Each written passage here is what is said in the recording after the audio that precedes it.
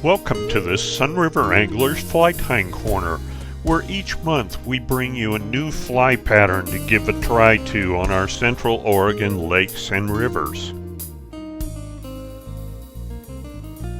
In addition to showing you how to tie each pattern, I'll feature fishing technique tips and tricks, and I'll cover some of the entomology behind each pattern to help gain a better understanding of the bugs that we're trying to imitate. I have field tested each of the patterns that I feature each month to make sure that they catch fish. I'll cover tying instructions for the fly as well as materials to help you be able to recreate these patterns on your own vise. For this month's pattern, I'm going to tie a modified raccoon. Every once in a while I run into unique situations out on our local lakes that require some creativity, and I often reach for Phil Rowley's fly patterns for still waters to help me solve some issues. So it was with the modified raccoon. I was out on Crane Prairie one day and chironomids were hatching and the trout were taking them right in the film, and so I went back and studied Phil's book and found the raccoon pattern. So I decided to feature my version of the raccoon.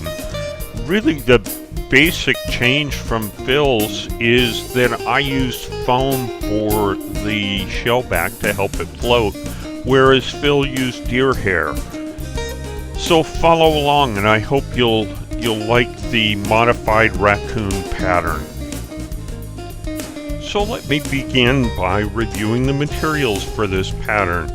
I'll cover them one by one as I tie in each material while we're tying the fly, but this will give you a perspective on the range of materials used on the modified raccoon. So I'll begin by introducing the first two materials. For a hook, I'm using a Tiemco 5212 in size 14. This is a 2x long dry fly hook. The thread I'm using is an Ultra 140 denier in black, and I'm using a little heavier thread to go ahead and build up the body of this fly. You can also dub the body. That's what Phil did in his book, but I chose to do it in thread. So let's begin tying the modified raccoon. I'm going to begin by tying on my thread right up toward the head and building a little bit of a base of thread.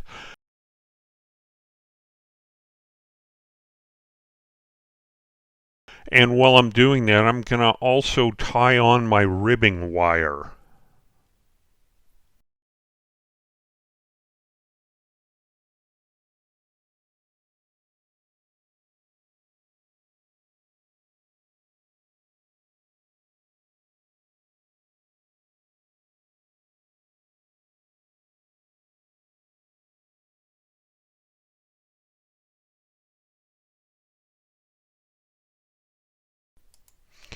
For the trailing shuck, I'm using a teal flank feather tied back almost like a tail.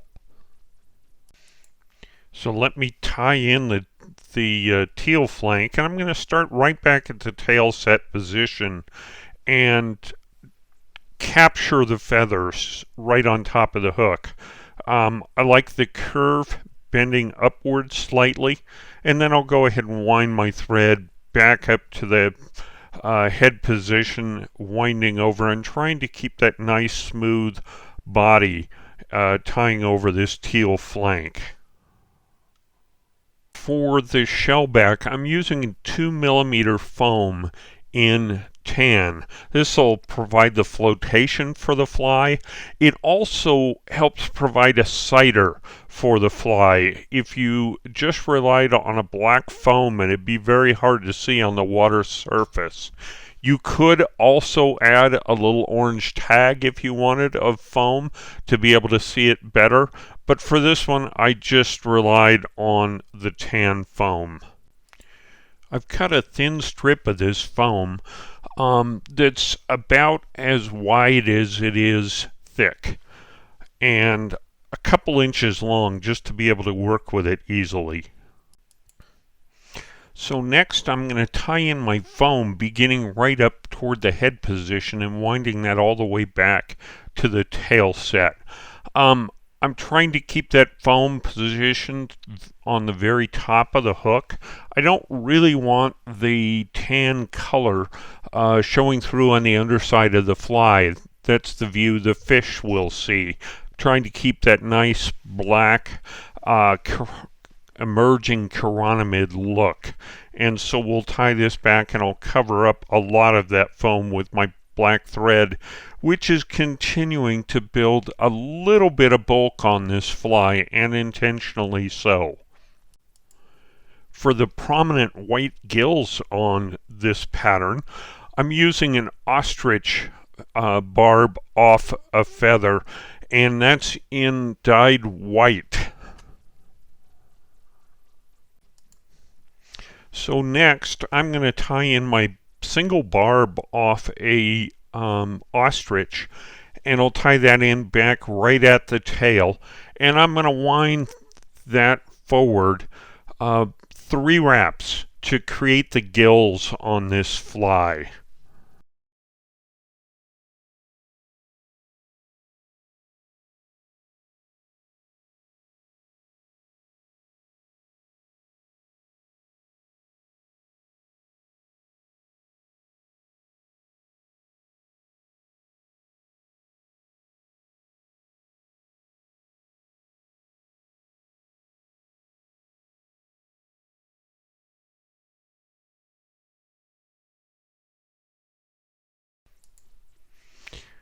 So the next step is I'm going to take the reserved ribbing wire that I tied in very early in this pattern, and I'm going to rib through that ostrich, and then I'm going to rib all the way up the body to create that nice silver rib of the black and silver chironomids that we often see hatching out on our local lakes.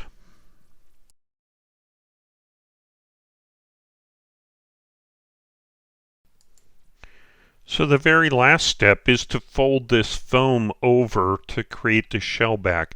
But before I do, I'm going to layer in just a light layer of super glue along the backs of that fly to lay the foam into, and that'll provide some stability for it so it won't slip and slide and stretch out of place.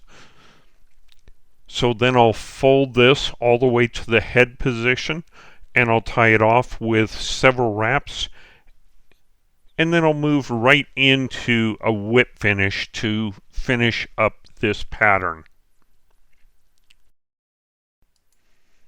So I'll clip off my thread, and then I'm going to cut off that tag of foam, leaving it a little bit like an elk hair caddis tag on the head, just to finish this fly.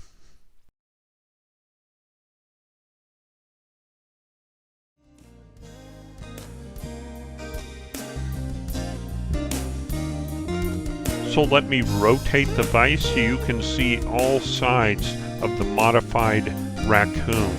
This is a great chironomid, an emerging chironomid imitation.